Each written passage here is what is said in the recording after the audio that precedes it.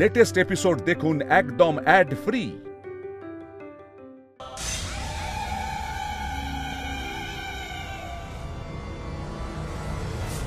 সরে যাও শিশু ভোলানাথ, না হলে ব্যর্থ মৃত্যু হবে তোমার। আমি জানি আপনি ক্রুদ্ধ হয়ে আছেন, তাও অনুরোধ করছি আপনি ওকে ক্ষমা করে দিন। কখনো না। কেন? মৃত্যুই কি শুধু সমস্যার সমাধান? সমস্যা সমাধানের কি আর অন্য কোনো বিকল্পই নেই? না, ওদের জন্য শুধু একটাই বিকল্প আছে,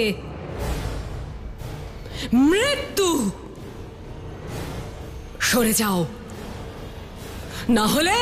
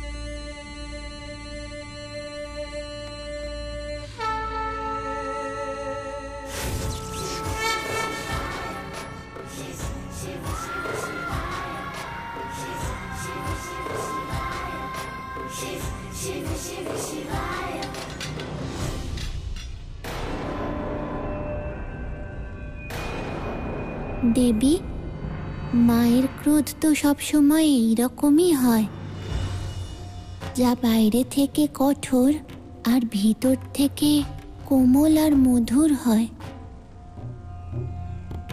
আমি জানি মঙ্গলের কথা ভেবেই মা আসলে ক্রুদ্ধ হন, কেবলমাত্র তার সন্তানের কল্যাণের জন্যই ক্রুদ্ধ হন।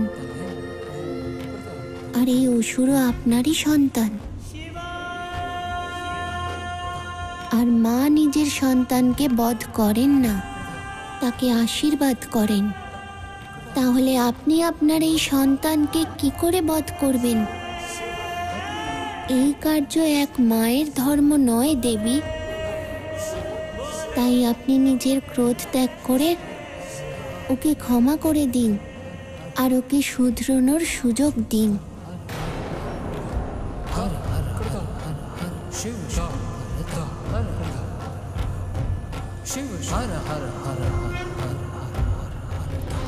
এই সত্যি যে তোমার ব্যক্তিত্বে তমগুণের প্রভাব রয়েছে, তবে তুমি তমগুণী হওয়ার কারণ এ কখনোই নয় যে তুমি অনৈতিক হয়ে যাবে, বিচারহীন হয়ে যাবে, নারীদের অসম্মান করবে।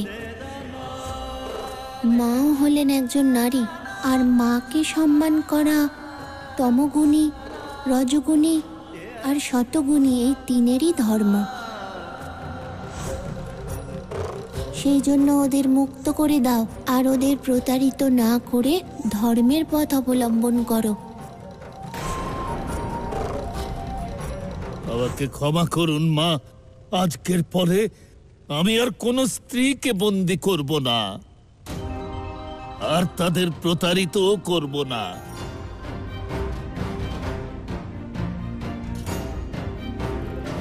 আমার এই রৌদ্র রূপেও করুণা, মমতা আর ক্ষমার ভাব একমাত্র আপনি সৃষ্টি করলেন মহাদেব, একমাত্র আপনি।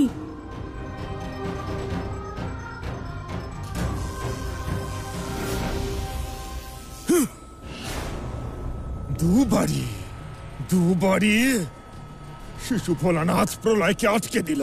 এবার আমারও চিন্তা হচ্ছে তারকা, যদি এরকমই হতে থাকে তাহলে আগামী 8টা প্রলয়কেও নিষ্ক্রিয় করে দেবে শিশু ভোলানাথ, আর সমগ্র সংসারকে তোমার অধীনে করার স্বপ্ন অসম্পূর্ণ থেকে যাবে। অসম্পূর্ণ স্বপ্ন আর সবের মধ্যে কোনো পার্থক্য নেই মা। আমার আর তর্স হয়েছে না এই বিনাশ লীলা দেখার জন্য। কবে থেকে আমি অপেক্ষায় আছি এই বিনাশ লীলা দেখার আশায়। আমার দাদার নামেই ত্রিলোক বিজয়ী অমর অসমুখী তারকাসুরকে নিয়ে ব্যঙ্গ বিদ্রুপ করছো তুমি? না দাদা, আমার অপূর্ণ ইচ্ছাকে পূর্ণ করার ইচ্ছা ব্যক্ত করছি মাত্র। অবশ্যই হবে তোমার ইচ্ছা পূরণ। আসন্ন প্রলয়কে আটকানো শিশু ভোলানাথের পক্ষে মোটেই সহজ হবে না। অবশিষ্ট মহাবিদ্যাগুলোকে সে কোনো মতেই জাগ্রত করতে পারবে না, কখনোই না। কি করবে তুমি তারকা? এখন সেটা গোপনই থাকতে দিন মা। ঠিক আছে, কিন্তু এটুকু তো বলো, পরের মহাবিদ্যার নাম কি?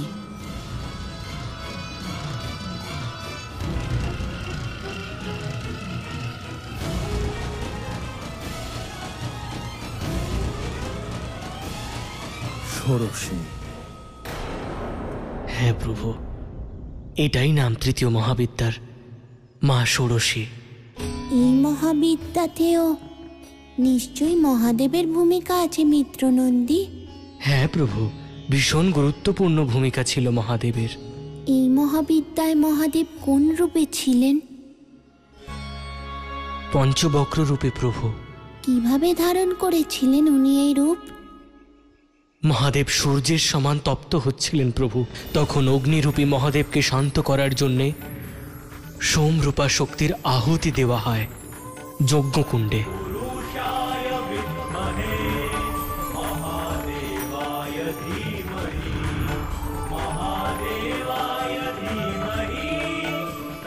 তখন উগ্র মহাদেব শান্ত হয়ে পঞ্চবক্র রূপে প্রকট হন প্রভু। এই ছিল কাহিনী অক্ষোভ্য মহাদেবের পঞ্চবক্র রূপের উদ্ভবের। দেবী ষোড়শীর 4 হাত, এক হাতে ধনুক, অন্য হাতে পাশ, তৃতীয় হাতে অঙ্কুশ, আর ওনার চতুর্থ হাত সৃষ্টির কল্যাণের জন্য। মহাদেবের রূপেরও বর্ণনা দিন। হ্যাঁ প্রভু, মহাদেবের 5টি মুখ ছিল আর 10টি হাত। ওই পঞ্চমুখী মহাদেবের 5টি মুখের নাম এই প্রকার: প্রথম মুখ তৎপুরুষ, দ্বিতীয় মুখ সরজাত, তৃতীয় বামদেব, চতুর্থ অঘোর, আর পঞ্চম ঈশান নামে বিখ্যাত। তাহলে কি এই 5 মহাদেবের নামের মতোই ওনাদের বর্ণও কি ভিন্ন ছিল মিত্র? হ্যাঁ প্রভু, ওই 5 মহাদেবের বর্ণ ক্রমানুসারে এইরকম ছিল: হরিত, রক্ত, ধূমর, নীল আর পীত। ওনারা নিজের 10 হাতে কি ধারণ করেন মিত্র? প্রথম হস্ত অভয় মুদ্রায়, দ্বিতীয় হস্তে টাঁড়, তৃতীয় হস্তে শূল, চতুর্থ হস্তে বজ্র, পঞ্চম হস্তে পাশ, ষষ্ঠ হস্তে খড়গ, সপ্তম হস্তে অঙ্কুশ, অষ্টম হস্তে ঘণ্টা, নবম হস্তে নাগ, আর দশম হস্ত অগ্নির স্বরূপ প্রভু। অদ্ভুত স্বরূপ। তবে সব থেকে বিশেষ বিষয় হলো প্রভু যে সম্পূর্ণ প্রকৃতির নির্মাণ এইভাবেই হয়েছে প্রভু। মা ষোড়শী আর প্রভু মহাদেবের একাত্মতায় সংযুক্ত মিলনে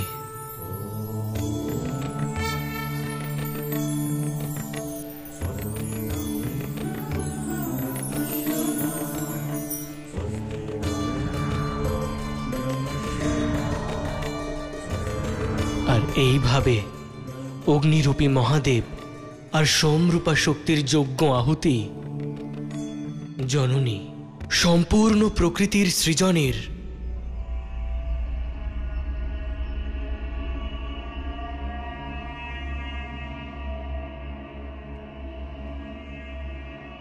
এই কথা শুনে আপনার মুখ ম্লান কেন হয়ে গেল প্রভু?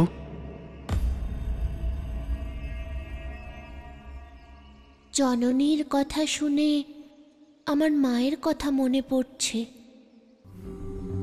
যবে থেকে গৃহ ছেড়ে বেরিয়েছি মায়ের সাথে যোগাযোগ করতে পারিনি। আমি নেই তাই মা হয়তো ভোজনও গ্রহণ করেননি।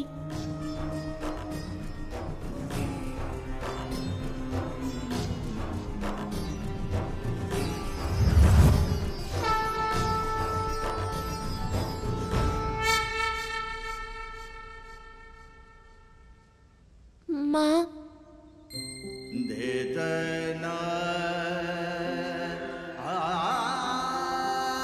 শিব, কেমন আছো তুমি? আমি ভালো আছি মা, কিন্তু আমার ভালো থাকা তোমার ভালো থাকার উপরেই নির্ভর করছে মা। যদি তুমি ভালো না থাকো, সময় মতো ভোজন গ্রহণ না করো, আমি গৃহে ফিরে যাব মা। না না, তুমি এরকম কিচ্ছু করবে না। তোমাকে তোমার লক্ষ্যে পৌঁছতে হবে শিব। তুমি যদি ভোজন গ্রহণ না করো তাহলে আমি নিজের লক্ষ্যে কি করে পৌঁছবো? আমি ভোজন করব শিব, ভোজন করব। তোমার সফলতার জন্য আমি করব ভোজন। তাহলে আমায় কথা দাও মা যে এবার থেকে সময় মতো ভোজন গ্রহণ করবে। আমি কথা দিলাম, আমি সময় মতো ভোজন করব। এই দেখো, আমি শুনছি তোমার কথা, আমি ভোজন করছি।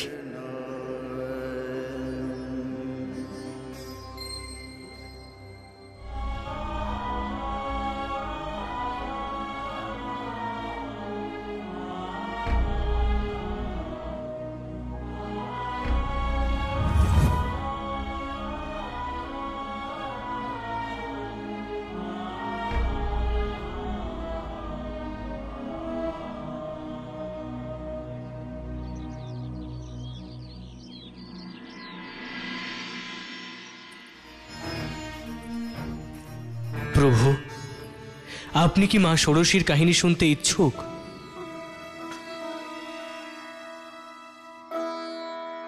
হ্যাঁ বলুন মিত্রনন্দী। মা ষোড়শীর অনেক নাম রয়েছে প্রভু, যেমন মা ত্রিপুরা সুন্দরী, মা ললিতা, মা লীলাবতী, মা রাজেশ্বরী আদি। হ্যাঁ মিত্র, আর তৃতীয় মহাবিদ্যা শ্রীয়ের অধিষ্ঠাত্রী, জগৎকে শ্রী প্রদান করে। মিত্র, শ্রীর অর্থ কি? শ্রীয়ের অর্থ হল শুভ, কান্তি। শ্রীয়ের জন্য সম্পূর্ণ সংসার কান্তিতে আছে। সকল দেবতা দেবী, গ্রহ নক্ষত্র, সূর্য চন্দ্রমার আভা শ্রীয়ের জন্যই স্বর্গ স্বর্গ। শ্রী না থাকলে সম্পূর্ণ সৃষ্টি নিস্তেজ আর কান্তিহীন হয়ে যাবে মিত্র। তবে তো শ্রীর খুব গুরুত্ব আছে। হ্যাঁ মিত্র, কামনা করি যে সৃষ্টি কখনো শ্রীহীন না হয়। মিত্র, প্রলয়ের তৃতীয় পর্যায়ে কি হবে? এরকম হবে না তো যে তৃতীয় পর্যায়ের প্রলয়ে জগৎ সংসারের শ্রী প্রভাবিত হবে? তারই প্রবল সম্ভাবনা মিত্র। তাহলে আমাদের শ্রীর রক্ষার্থে শ্রীর দেবী ত্রিপুরা সুন্দরীকে জাগরিত করতে হবে মিত্র। এই সম্ভাবনাকে সত্যি হওয়া থেকে আটকাতে হবে মিত্র। ঠিক বলেছেন মিত্র। যদি তৃতীয় প্রলয়কে না আটকানো যায় তাহলে সমস্ত সৃষ্টি থেকে শ্রী নষ্ট হয়ে যাবে। তাহলে সৃষ্টি বিভৎস আর নষ্ট হয়ে যাবে মিত্র। তাই তৃতীয় মহাবিদ্যা ত্রিপুরা সুন্দরীকে জাগ্রত করতে হবে আর প্রলয়ের দুষ্প্রভাবকে নাশ করতে হবে। মিত্র, এর আগেও কখনো এরকম পরিস্থিতি উৎপন্ন হয়েছিল কি, যে শ্রীয়ের দেবী ত্রিপুরা সুন্দরীকে জাগরিত করার প্রয়োজন পড়েছে?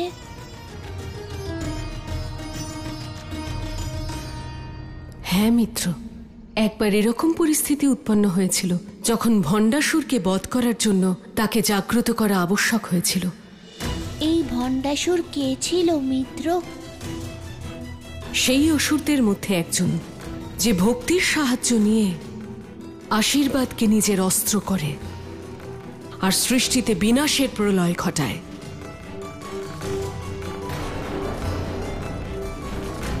ভণ্ডাসুর কার ভক্তির সাহায্য নিয়েছিল মিত্র? মহাদেবের ভক্তির। নিজের কঠিন তপস্যা দিয়ে মহাদেবকে সন্তুষ্ট করে তার কাছ থেকে আশীর্বাদ চায়। ওম নমঃ শিবায়, ওম নমঃ শিবায়, ওম নমঃ শিবায়।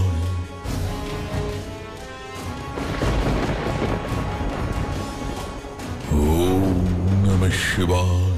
ঠিক এইভাবেই 1000 বছর অতিবাহিত হয়, কিন্তু ভণ্ডাসুরের তপস্যা চলতেই থাকে। নমঃ শিবায়, ওম নমঃ শিবায়, ওম নমঃ শিবায়। জাগো বৎস, জাগো।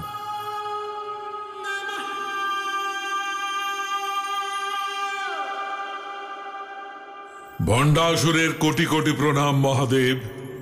আমি তোমার তপস্যায় প্রসন্ন হয়েছি, তাই আশীর্বাদে তুমি যা চাইবে চাইতে পারো। আমি আপনার কাছে অমরত্বের আশীর্বাদ চাই প্রভু। ভণ্ডাসুর, এই সৃষ্টিতে কিছুই অমর নয়। এই সৃষ্টিতে যা জন্ম নিয়েছে সবকিছুর শেষ অনিবার্য।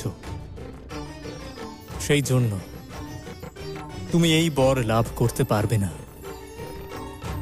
এটা প্রকৃতির নিয়মের বিরুদ্ধে।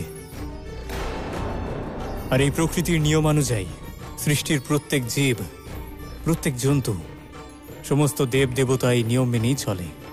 তবে এই ব্রহ্মাণ্ডে সবচেয়ে শক্তিশালী পুরুষ করে 60,000 বছর পর্যন্ত সম্পূর্ণ ব্রহ্মাণ্ডকে শাসন করার আশীর্বাদ দিন প্রভু।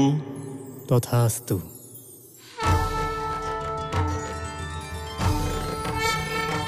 আপনার অসীম কৃপা প্রভু, আপনার অসীম কৃপা।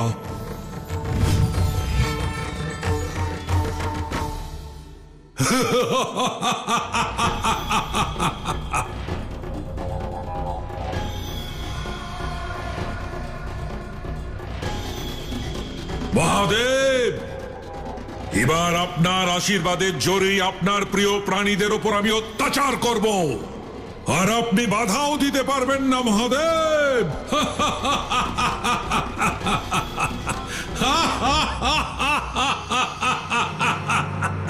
কি মহাদেবের থেকেই আশীর্বাদ পেয়ে ও মহাদেব আর মহাদেবের প্রিয় জগৎ সংসারের কাছে সংকট হয়ে দাঁড়ালো?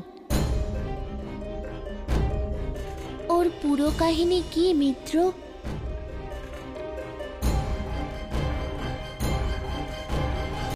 নিজের তপস্যার ফলস্বরূপ মহাদেবের থেকে আশীর্বাদ লাভ করে অসীম শক্তির সাহায্যে সম্পূর্ণ ব্রহ্মাণ্ডকে নিজের অধীনে করেছিলেন। এমন পরিস্থিতির সৃষ্টি হয়েছিল প্রভু যে ওর আতঙ্কে দেবরাজ ইন্দ্র সহ সমস্ত দেবতারা ভয়ে পালাচ্ছিলেন।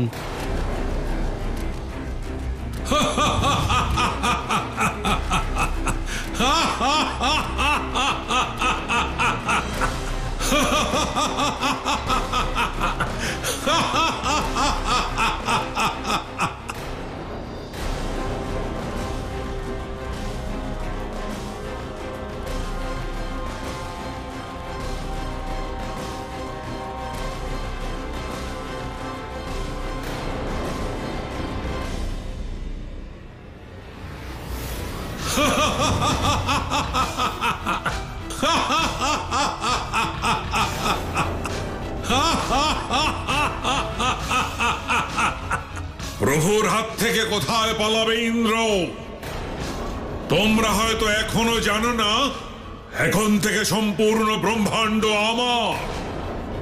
আমার ইচ্ছা তোমাদের শাস্তি দিই, যাতে তোমরা সম্পূর্ণ ব্রহ্মাণ্ডে ভিক্ষুক হয়ে ঘুরে বেড়াও।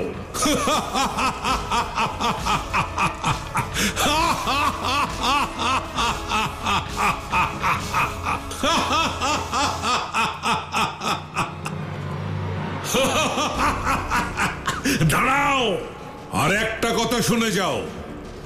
আজকের পর থেকে এই সংসারে কোনো যজ্ঞ, কোনো পুজো আর হবে না। কোনো ভগবানের নাম উচ্চারণ করা যাবে না। কেবল আমারই পুজো হবে এই সংসারে, শুধু আমার। কারণ ভণ্ডাসুরী ভগবান এই ব্রহ্মাণ্ডের